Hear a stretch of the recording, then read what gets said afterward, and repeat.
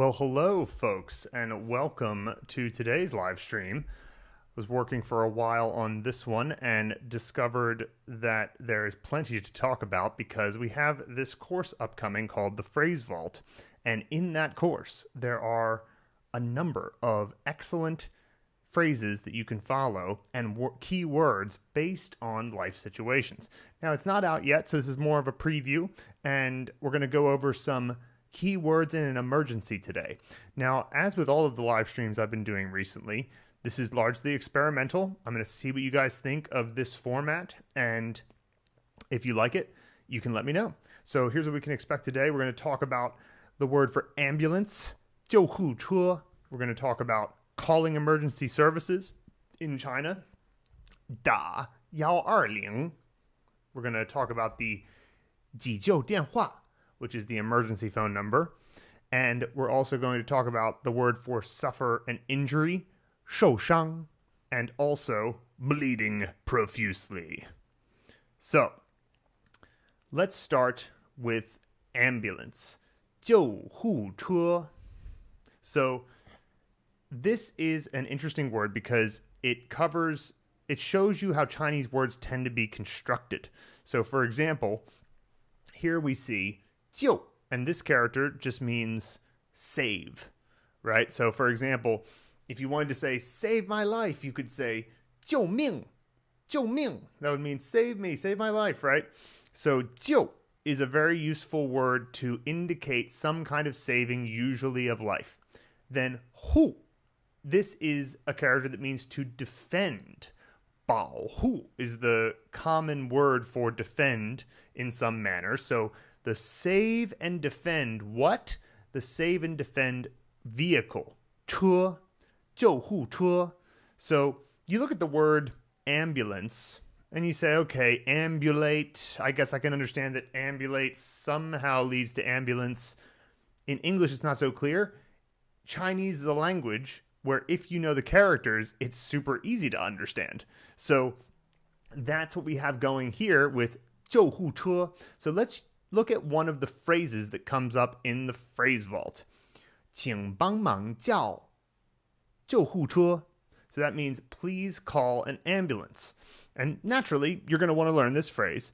And the sentence structure for this phrase is a simple 请求帮助, the requesting help structure, which you can either start with 请, which is what we have here, and it just basically means please, or 麻烦. 麻烦means to like kind of bother you. It sort of has a sense of like, could I bother you too?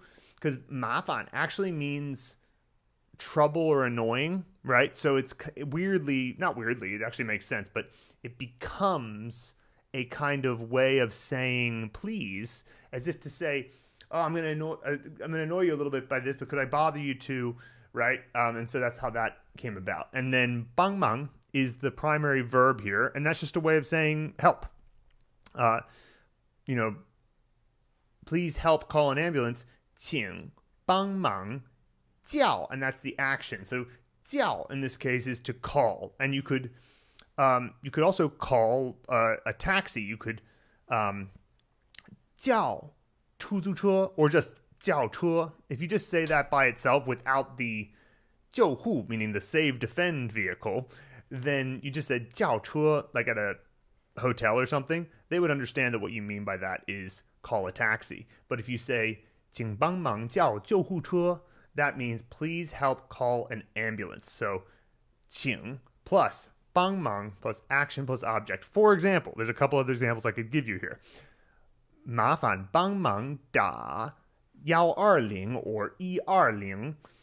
When Chinese people are listing out numbers, sometimes they pronounce 1, which is normally pronounced 1. They'll pronounce it 1, which is something that I didn't know when I first moved to China. And I kept hearing people listing numbers and like listing their phone numbers, and they were saying 1, and I was like, what you guys talking about? But turns out there's a reason for that. I'll explain it in a little bit. But what we see here is 麻烦. So there's your beginning part, plus 帮忙, plus 打.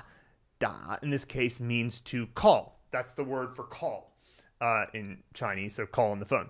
And then it's the number, and 120 is the equivalent of 911 in China. It's like it's although it does tend to be broken out by department, right? So saying 麻烦帮忙打120, we're following this requesting help structure, and then you can just end with a little 谢谢. How about this one? 麻烦帮忙找医生. Help, please help find a doctor. Or could you please help find a doctor? Now, there's no, this translation of could you help find a doctor, the U is implied in Chinese. So we don't actually say, you could say 麻烦你帮忙找医生. But if you just say 麻烦帮忙找医生, that would mean help me find a doctor. In just a moment. Okay, so that is a little bit of an overview of how you might use 救护车 and one of the phrases from the phrase vault. Now, I'm explaining it here, and I'm explaining some sentence structure and all of that, but what's kind of cool about the phrase vault and also Mandarin Speaking and Listening Kickstarter, which is our other top-down course, is that we give you the resources to learn these phrases top-down. Now, what do I mean by that? We also have live streams that you may have been attending. Not sure who has been here before, but or seen the replays. But we've talked about learning characters, so that's like bottom up. If you learn characters one by one, and you already know all of these characters, 请帮忙叫救护车, you took time to learn these with the Henze movie method, and then you came across this sentence, that would be called bottom up learning. And you learn all the pinyin and how to enunciate all the sounds. That's bottom up learning.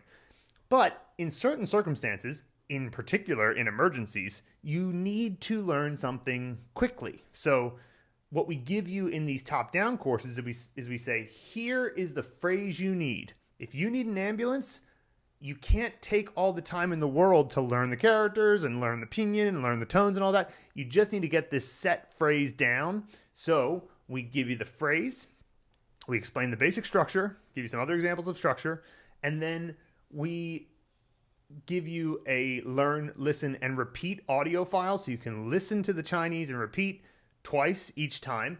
We then give you a think and produce audio file, which allows you to first hear the English, like so you would hear, please help call an ambulance. And then there'd be a space for you to remember, 请帮忙叫救护车, right? And then you say it, the Chinese says again, you repeat after it. So you have to think of it and produce it first. So it kind of builds up that alacrity. And then in between, you do flashcards so that you can take your time to get to the bottom of what the answer is. And then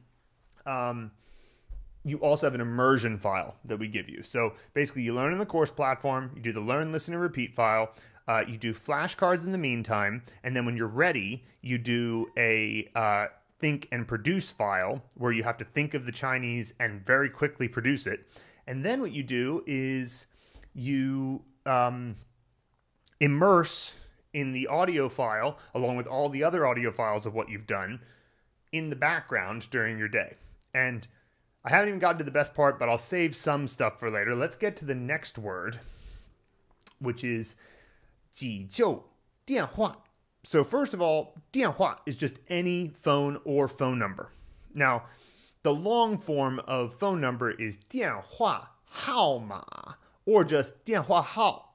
But most of the time, people just say 电话 because it is contextual. You're like, yeah, I know you mean phone number and not phone right now. So then what comes before it? So what kind of phone number is it? Well, it's the anxiously save phone number. So 急 has this feeling of like quick, anxious, we got to do this fast, right?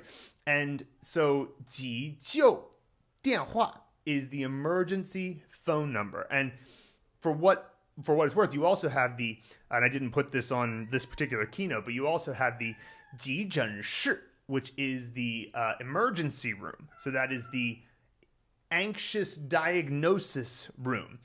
Sorry, hold on a second. My cat keeps wanting to come in and then coming out, and then he keeps like, 叫. Morty.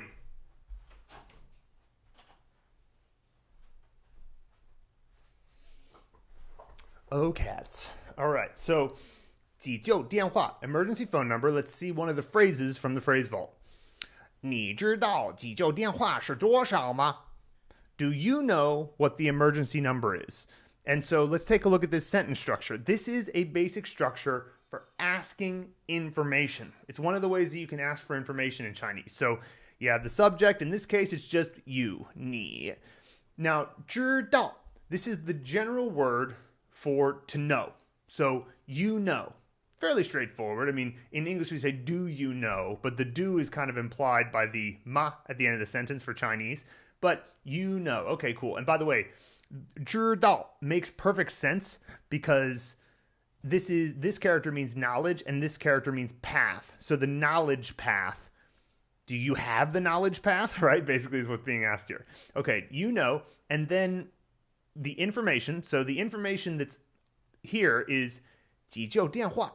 The emergency phone number. So this is great for if you forgot the emergency phone number, right? So 你知道急救电话是. So 是 is just is. And then 多少. This is the unknown part, right? So in the case of a phone number, you say 多少 because that 多少refers to like it's a way of asking the unknown related to numbers, right? So it literally means many, few. 多, many, few. 少, 多少. So if I say 电话是多少, we know that that is asking what is the phone number. But the thing is, this question, what it's actually asking is, do you know the phone number? That's why it's a yes or no question. Like obviously, if the person says 知道, like I know, then you would say 好的急救电话是多少?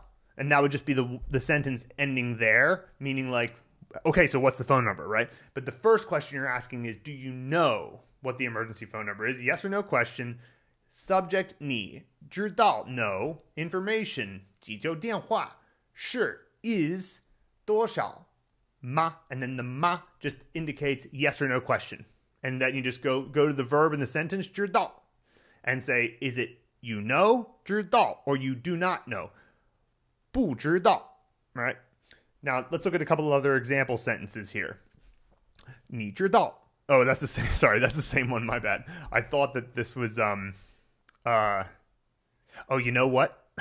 See, this is what happens with these live streams is I will do them I'll prepare them on the same day and I'm like really excited about it, but then I'll realize I missed a certain step. So my apologies. I got a couple of other example sentences and I forgot to put them into the keynote here. So the thing is, just off the top of my head, it could be a number of different things. For example, you could say 你知道医院是在哪儿吗? Right? So, do you know hospital? So, 你知道 hospital 医院是 is 在哪儿 located where ma again you put the ma at the end because really what you're asking is do you know or not, and so if the answer is yes, then hooray. All right, so yeah, and again, my apologies for not putting the right so if you're watching this later or watching it right now, these are not the correct example sentences, my bad. But I'll fix those at a later time. But this is the second word, 急救电话. So first of all, we went over 救护车, and here we have 急救电话. So you'll notice that 救 is often included in many of these different medical related words because it means to save, and then 急救 means to save urgently. All right. And by the way, if you want to find out when this course is out and when it becomes available to the public, one of the best ways to do that is just to join our email list. And the best way to join our email list is to take the Mandarin Fluency Scorecard. You'll see it down here at the bottom, mandarinbp.com/scorecard LS. If you put that link, it'll tell us that you came from the live stream. And it's just, we put a lot of effort into asking you the right questions so we know where you are in your Mandarin learning journey so that we can then give you this free guide on what to do next. It will also put you on our email list, and then we'll tell you not only when the phrase vault is released, but actually on Monday, we are starting to do a promotion, a special promotion that's going to include a couple of special bonuses, including a bonus that pertains to the phrase vault for the Mandarin Speaking and Listening Kickstarter. The Mandarin Speaking and Listening Kickstarter is similar to the phrase vault, but it's for the very basics. It's for the stuff that you're just starting off with Chinese. Well, you can get to listen and repeat to the most basic 1,000 phrases. Actually, it's 1,100 phrases, so that you can get a grasp on the most important stuff. Now, Luke, my business partner, yesterday put out a video about the top 100 phrases that he would choose to learn first if he learned Chinese from scratch again. People love this video, and it also comes with a free PDF of those 99 phrases and free audio. So basically, if you want to find out about any of this stuff, all you got to do is take the 2-minute quiz to get your scorecard. That will give you a great guide on what to do next, and then you'll be on our email list, and you'll find out about the promotion. All right. Let me just quick check the chat here. Let's see. Hi from Brazil to Daniel. Nice. All right. Oh, whoops. The timer is still in the way here. I think I moved that by accident. All right. So let's continue here.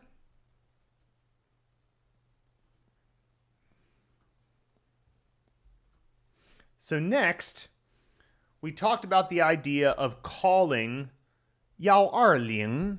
120. So this is the general emergency services. In particular, it's for calling an ambulance, right? It's like if you want to get medical attention, you call 120. And now if you called 120 for the police, they would get you connected. It's not like there would be no problem there, but it is something that you want to, look out for in terms of the emergency numbers in China. It's not 911 there. Okay, so that's one. But another word in this sentence is 受伤. And 伤 means wound of any kind. And it's kind of funny because this is a lot of Chinese people will often say, 不要伤中国人的心.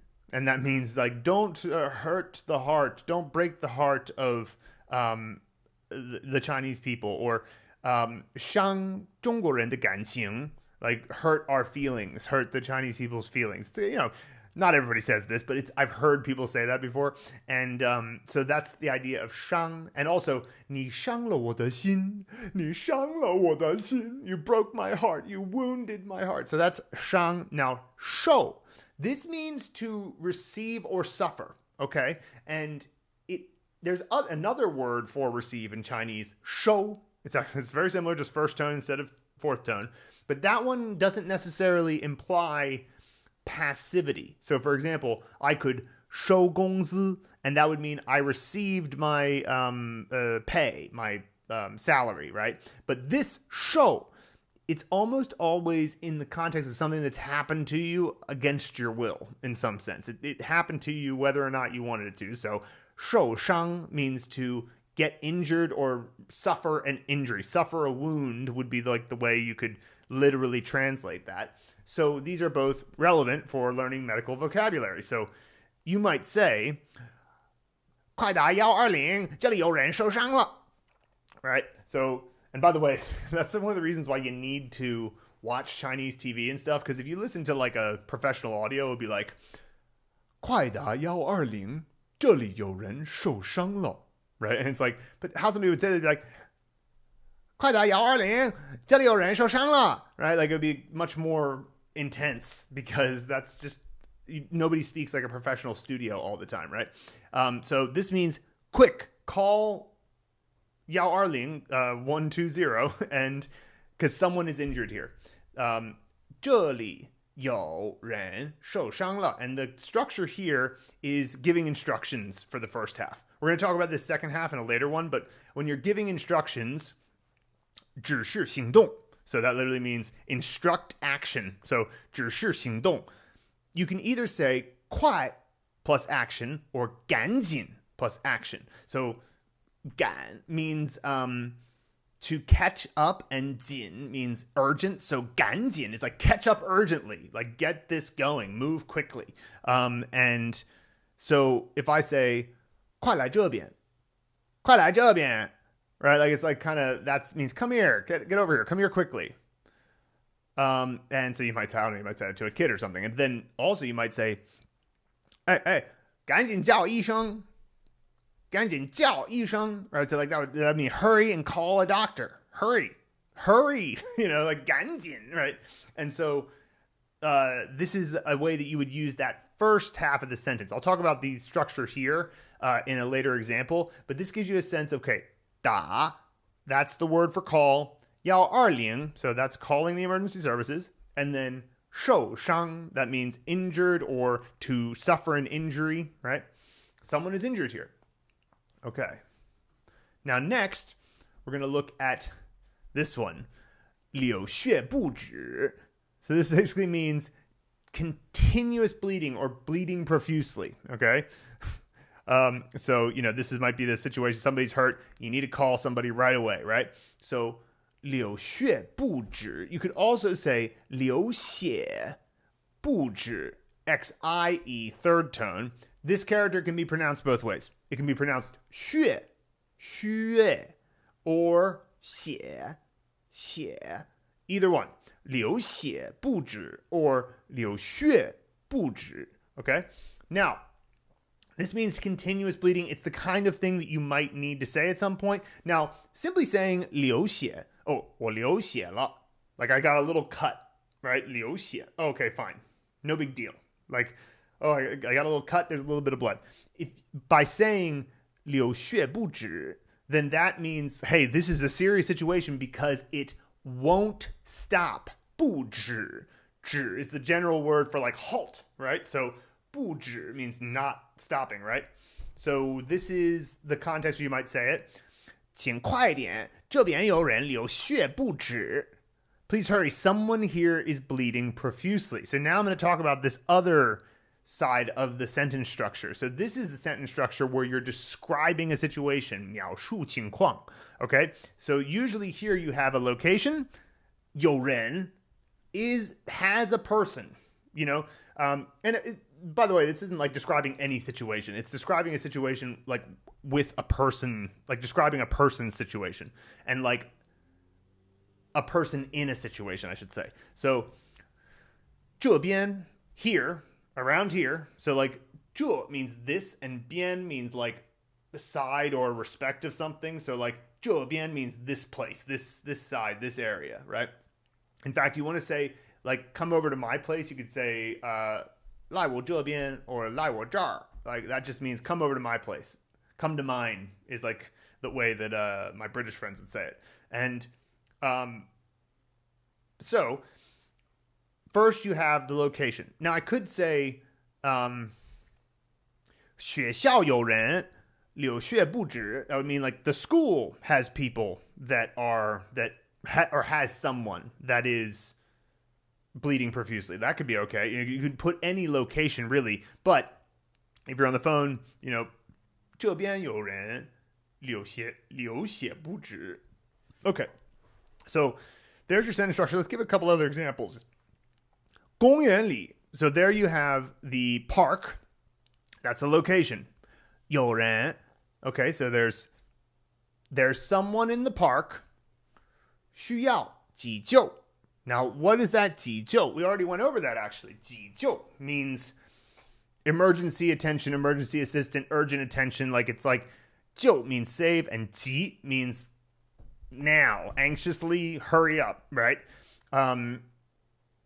Yeah, so like anxious and hurry, it's kind of interesting how it's like the Chinese have basically said that those two things are the same idea. That if you're anxious, you hurry. And you'll notice that there is actually the heart component here at the bottom of 急.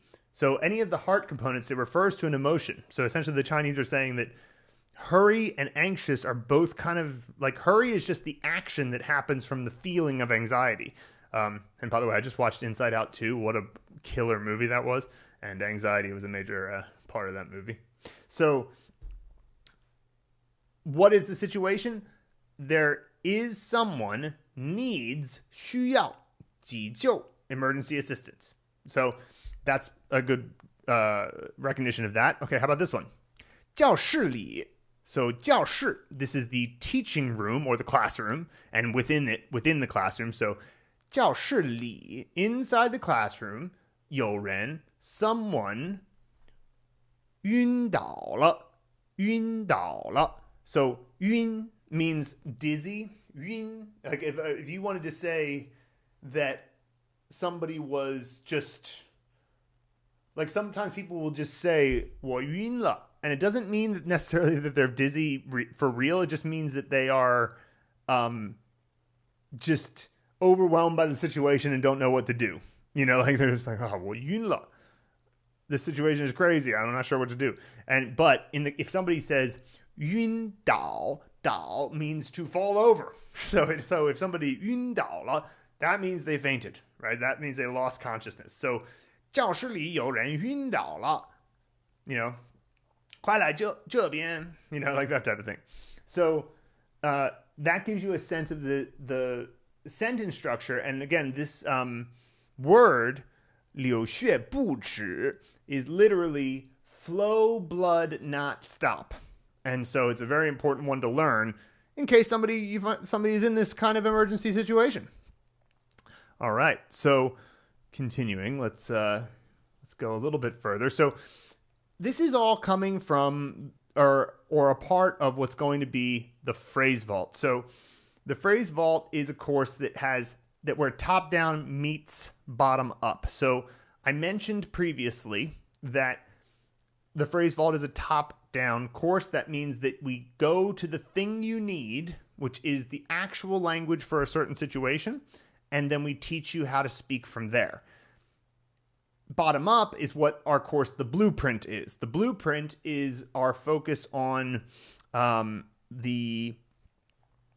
like learning characters into words into sentences into paragraphs, and you like methodically build from the bottom up. And as a result of that, you get a much better sense of long-term success with the blueprint. But the phrase vault is good for short-term success. Like, oh, I need to go to the hospital like today, right, or tomorrow. I'm going to do these listen and repeat exercises to really get this stuff down. That's what you can do with the phrase vault. And it's all situational. So, but what I meant by top down meets bottom up is that because we have the blueprint, that means that every lesson that you learn a new character in the blueprint, it potentially could unlock a phrase vault lesson. So, of course, the phrase vault is filled with phrases, just like the previous phrase. This is an actual phrase from the course, right? So at some point, you will have learned all of these characters in this sentence, right?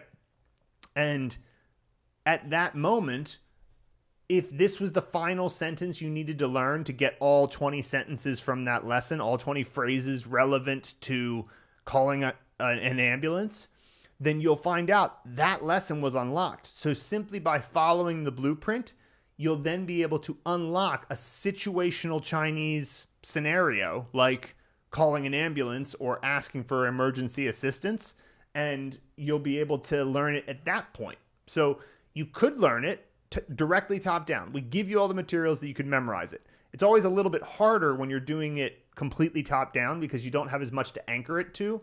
But imagine that you learned all the characters and words first and you'd already seen a bunch of sentences that have this sentence structure.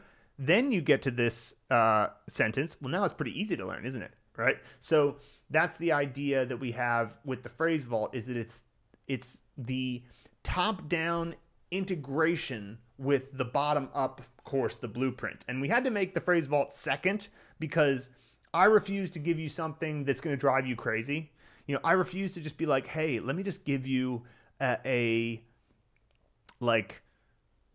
course that will just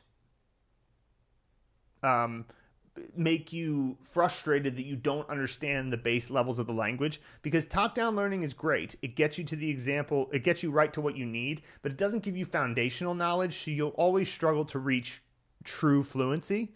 But then if you only have bottom-up, it takes a long time to see any gains.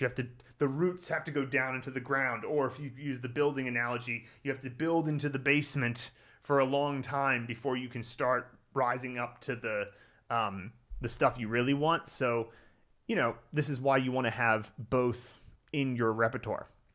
So there's that full integration with the blueprint I just mentioned. But like I said, the phrase vault has 26 really broad life categories like emergencies or travel and directions or daily life and hobbies. But then each of those are broken down into over 100 subcategories. So those are like things like, and it's really more like 130. Those are things like, travel and directions is not just travel and directions. It's asking for directions. It's transportation, public transportation. It's travel while on holiday or like while traveling around. That's because that's obviously a thing that many people need. So then in each subcategory, there are individual lessons, and each lesson covers a very specific part, and it only has 15 to 30 phrases. So every lesson is relatively bite-sized. It never will overwhelm you at any point, and there are 350 lessons planned for the phrase vault. It's going to be around 7,500 phrases, which you don't have to do all of them. But the point of knowing that there's that many is to let you know that if there's something that you need, that you want to learn about and you want to prepare for, you'll be able to do it surgically. And not only that, it will integrate with the blueprint. So if you don't want to do it surgically and just let them unlock as they go, you'll be able to do that. So unlike the blueprint, which is a linear course where you go follow the exact steps in the order we put them in, this is a non-linear course. You can just follow your interest. I want to learn about daily life and hobbies. Cool, I'll do that next. I don't really care about basic chemistry, because we have one in there about the sciences. Don't care about that? Fine, don't do it. And then the biggest challenge with the phrase vault is definitely not overdoing the top-down element and getting burnt out, but that's what the integration with the blueprint solves. So this is what we're very excited to integrate into the blueprint very soon. So today's presentation was just that little bit. I want to go to the chat now, and talk to you guys. What do you think of this type of presentation? What do you think about going through the words and the vocabulary for a particular situation and then talking about it in terms of a phrase you can use with that word and the sentence structure with that word, and just keeping it all focused on one area? Daniel, you're asking about this. The emergency number in China is 120 120. And yeah, oh great. Major Bridger says that you recently got an email gifting you with the can I put this on screen? Yeah, let me just go ahead and put the chat on screen here for a second. So you got an email gifting you Habit Building Bootcamp. Awesome. Yeah, that course is one of the it's kind of the most important course we built in some ways. Here, I'll do this so you can still see me. There we go. I think Habit Building Bootcamp is the most important course we've ever built, because that course was very focused on the life habits. It's to some degree one of the biggest challenges in life is just dealing with the fact that no matter what successes or failures or accomplishments or whatever happens, you're always just still in this state of consciousness. Just the stream of consciousness continues. The stream of consciousness we talked about liu, xin liu zhuang tai. That's flow state. So liu, that's kind of the character that Chinese would use to relate to stream of consciousness. And the stream of consciousness continues. And so the question you want to ask about skill acquisition is, the time is passing, the stream of consciousness will continue for now. And so if it's going to pass anyway, wouldn't you rather it pass while attaining skills? So the first thing you do is decide, what skills do I want this consciousness to have? What identity do I want to have that will lead naturally as nature, as the seed leads to roots, leads to stem leads to trunk and branches and leaves and flower and fruit, and the fruit falls and creates seeds. Like the cycle that naturally produces a fluent Mandarin speaker. And that's what the Habit Building Bootcamp is all about. It's just about getting you to the point where the natural way of being is that of a fluent Mandarin speaker. So I'm sure that you'll very much enjoy that, Major Bridger. And regarding I think it's interesting. I'm trying to get down what's the right time to have a live stream. And I think I've come to the conclusion that like early evening my time is not good. I think it's because basically nobody in Europe or Asia is going to be watching at this point. Asia's not quite awake yet. Europe, it's the middle of the night, and people on the East Coast are like probably just sitting down to dinner. I'm in Texas, so we get a few people here, but probably people getting ready for dinner. So I think this is probably not the best time to do it. I suppose I could do it a little bit later in the evening, but I also a lot of it, guys, is I'm just trying to quickly produce valuable content and also run a business. So sometimes the day gets away from me, and I'm like, oh, okay, I gotta try to put this together, and it's already like 3 p.m. or something. So I'll try to get more ahead of it. That's why lately I've just been going ahead and getting more work done on the weekends. But don't worry, I'm not the type of person who will do that forever. I won't burn out because, one, I really like this job, but two, it's also, I just know you got to have the balance. So, all right, folks. Well, I'm going to keep it here for now. Let's see here. I do like the style of the live stream when it comes to going into detail with situations. Yeah, I mean, good. That's what I can do because I've got lots of stuff available to make these much more like to just go dive really deep into it. So I'm glad to hear that. And I'll probably keep it there today. It's also, I'm neglecting my husbandly duties of spending time with my wife in the evening. So I think I should probably do that. But this will be saved on the course platform. And just remember, if you want to get access to the promotion we're doing at the end of the month for Mandarin Speaking and Listening Kickstarter, you can do that by going to the mandarinbp.com/scorecardls. You'll take a short quiz. That quiz will cover like where are you at with your Mandarin learning. We put a lot of time into giving you a plan based on your answers to the questions. So how far in are you? What is your level of reading and listening and speaking, and what's your biggest struggle? And like depending on what it is, we give you a plan and we send that to your email. Then, and it's free. And it's like, honestly, it's a good plan. If that's all you did was follow the instructions from the scorecard, you'd be faster at learning Chinese than like 99% of learners. But what will be nice though is that you'll also get access to our upcoming promotion for the Mandarin Speaking and Listening Kickstarter, where we're going to have a significant, it's a good deal because we're going to give you a good deal on the Kickstarter, but also we're including a couple of bonuses that we've never included before, and you can learn about them when the promotion starts on Monday. But you got to be on our email list to find out about it. So the best way to join the email list is just to take that quiz, and you can join from there.